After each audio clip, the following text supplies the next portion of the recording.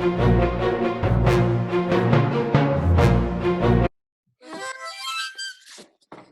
the 31st. We are deep below the streets of Venice in a bygone age and ancient time. How do we know this, friend? Well, there's a sign on the wall that reads, "We are deep below the streets of Venice in a bygone age and ancient time." That's how we know it, you jerk. Scott comes sprinting into view. Dr. Eleri and Dr. Lichilds follow in hot pursuit. They are out of breath. They stop in a chamber of sorts, a chamber of secrets. We've arrived! This chamber has a familiar scent. The scent of the patriarchy? There's no escaping it. No, it's something else. I can't quite put my finger on it. I'm sorry, Beverly.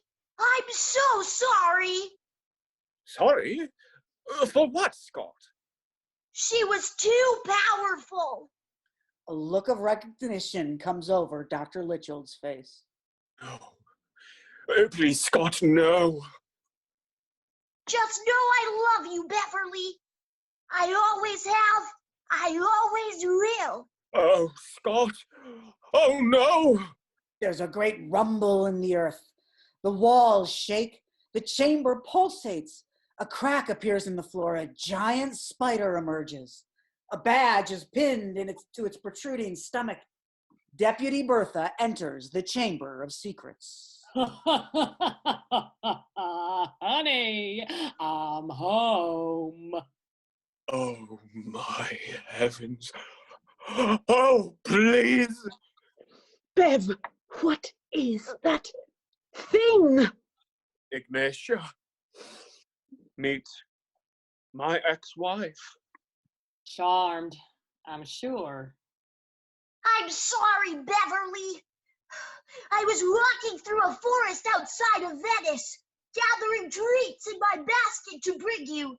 I came upon her. She overpowered me. And Eric. She made us lure you here. Oh, the webs we weave, my dears. Yes, Beverly, the boy is right. What is your intention, Bertha? The same as it has always been, my dear. My demise? Your demise. And my pleasure.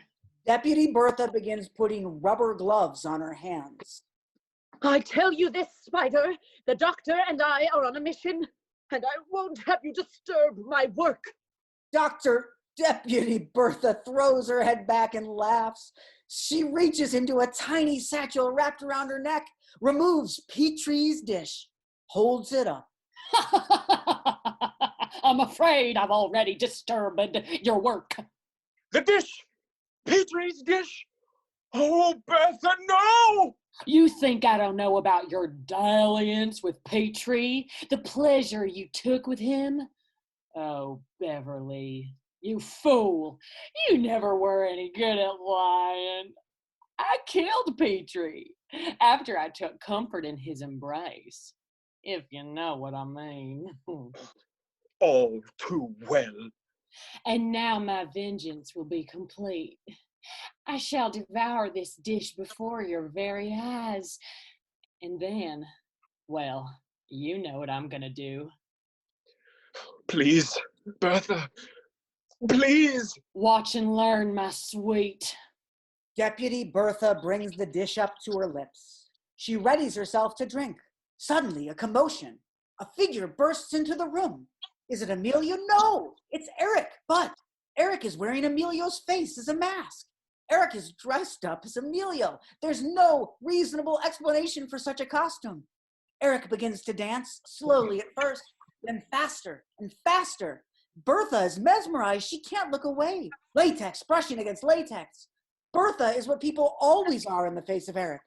She is seduced. Eric dances closer and closer, closer and closer. Finally, Eric takes up Bertha in a great embrace. The two of them collapse together, and they turn into stone. The dish falls to the floor beside them, harmlessly. Scott rushes up to the stone figures.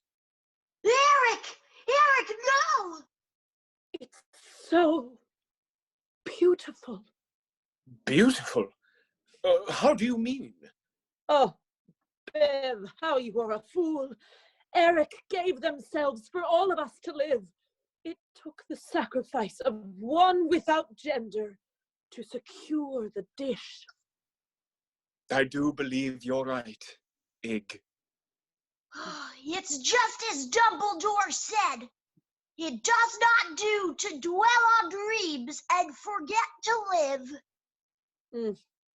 Thank you so much for that, Scott. We have the dish, Beverly. What do we do now? We live, Scott. Damn it, my boy. We live. Dr. Lichilds approaches the stone statues at the center of the chamber. He holds his stethoscope up to Deputy Bertha, listens for a moment, turns to the others. The divorce is final. Come, colleagues, we must away to the council at once.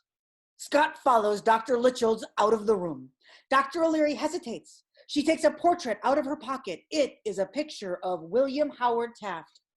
She gives it a kiss, puts it back, looks at us, gives us a wink.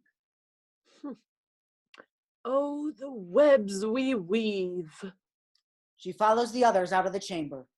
The number 50,000 takes her place, flashes red, dissolves. Then there is silence.